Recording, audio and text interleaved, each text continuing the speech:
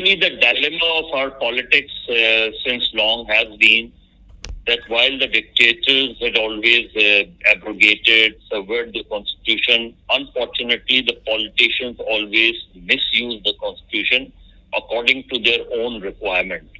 And that is our political dilemma since long. I mean, when the constitution was made in 1973, the day it was enforced, within 24 hours, the fundamental rights were suspended.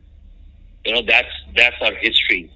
And now in this case, in the past also, this practice was used when in 2014 the PTI MNAs had resigned from the National Assembly in 2014 during Imran Khan's Dharna. They picked and choose, which resignation they should accept, which they don't. Actually, according to the election rules and even National Assembly's procedure, the only thing is the word verification has always been misused by the speaker, whoever the speaker is.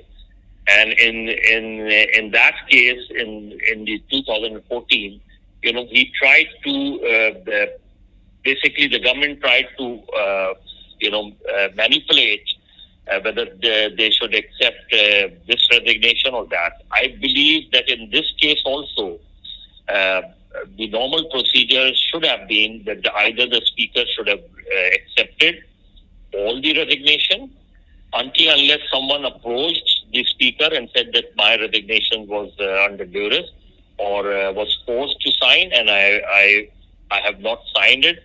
It was a fake signature, something like that. In that case, the speaker, can reject or can reject the resignation. But here in this case, none of the 130 MNAs who had resigned had actually approached the speaker or had written to the speaker that my resignation should not be accepted, and the speaker should have entertained that. So if no one had approached the speaker, it's been almost 3 months now. So if no one has approached the speaker, within 14 days he should have accepted all the resignation. And by not accepting the resignations of majority of the MNAs, despite the fact that some of the MNAs even resigned on the floor of the House, announcing their resignation.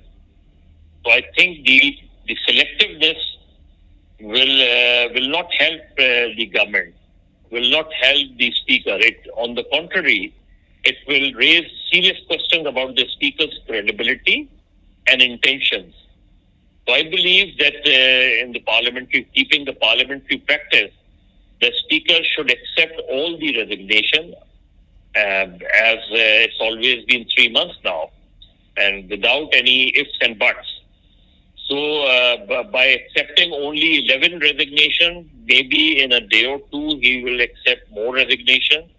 But the normal practice and the constitutional practice, under the constitutional practice, he should by now have accepted all the resignations. Maybe, but the position which Imran Khan has taken so far, he has categorically stated time and again that he has no plan to return to the National Assembly. But some of his ministers, including the former Information Minister Fawad Chaudhry, have hinted or indicated that in case the government announced the election date, they may decide to return. But that's Fawad Chaudhry, not Imran Khan. So I don't know whether Fawad Chaudhry, while indicating or hinting about the return to the National Assembly in case the government announced the election date, also has the concern of Imran Khan or not. But Imran Khan's position so far has been very clear that there is no point in returning to the National Assembly, and he's not going to return to the National Assembly. That's Imran Khan's position. And government perhaps apprehending, and that is why, due to that apprehension, they started accepting the resignation, because after Punjab's political turnaround, there are two opinions within the PDM or the government allies that if one or two coalition partners decided to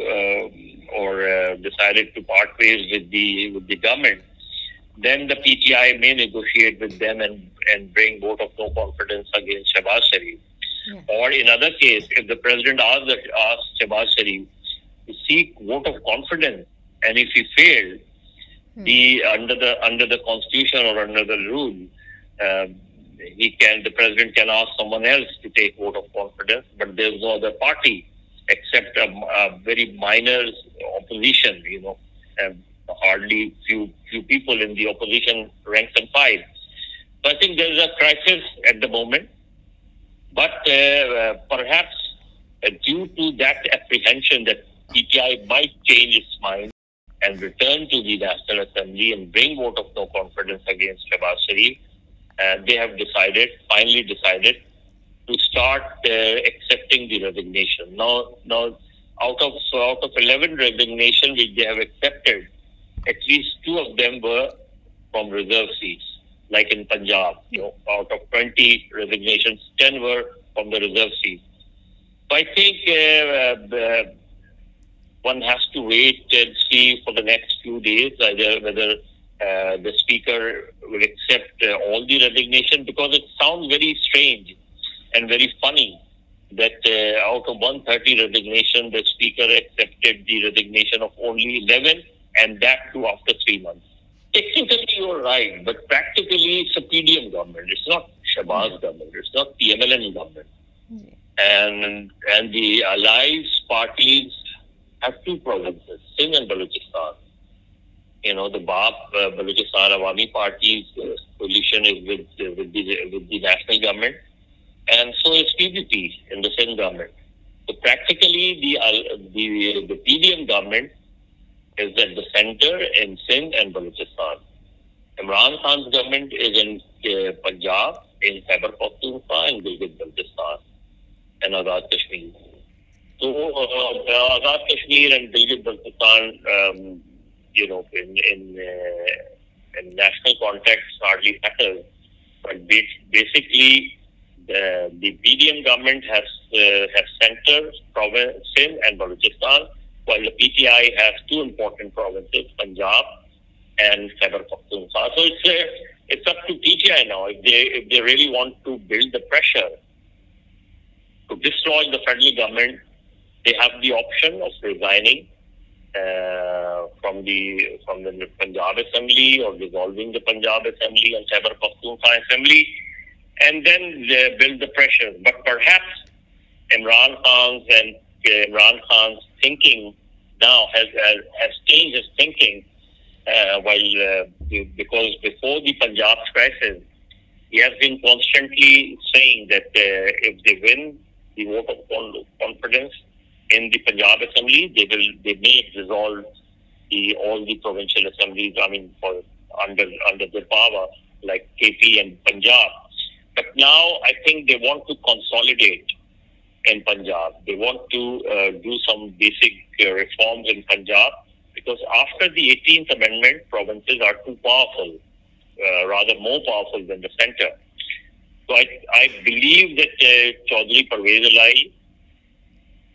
perhaps has convinced Imran Khan that instead of pushing the federal government for the next general election, for the early election, it's better if they consolidate in Punjab, do some basic economic reforms in Punjab, give major relief to the people, and try to win over Punjab before the next general elections.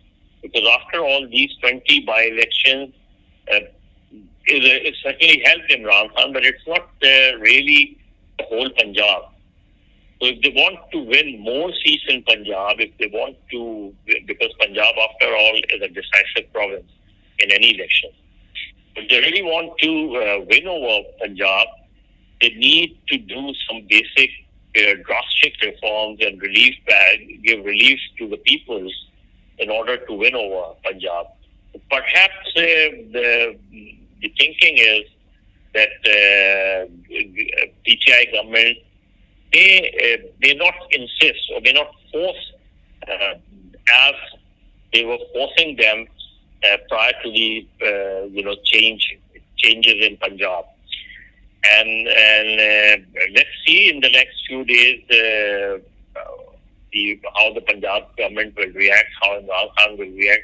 But my personal information also and my personal analysis, I always believe that I think after winning Punjab, I don't see early elections. I don't see PTI government or Imran Khan will be as eager to go into the general elections as he was prior to win over Punjab. So I think he will wait. He until unless the federal government decides otherwise. So now they have two major provinces, and they can do some relief work for the people. They can They can wait for another 3 months or 6 months, even 6 months, and that is why immediately after the Supreme Court decision, immediately after Pervez took the oath, Imran Khan in his address he didn't announce that they will dissolve the Punjab Assembly. He didn't announce they will dissolve the KB Assembly. He didn't announce any action plan to dislodge the federal government. What he had announced is a relief package to the people of Punjab. Safeguard, revival of safeguard, revival of Ravi's sector, and announce that in the next few months they will provide major relief. This in itself indicates that Imran Khan is no more interested in general election very soon. If the federal government announces, that's okay.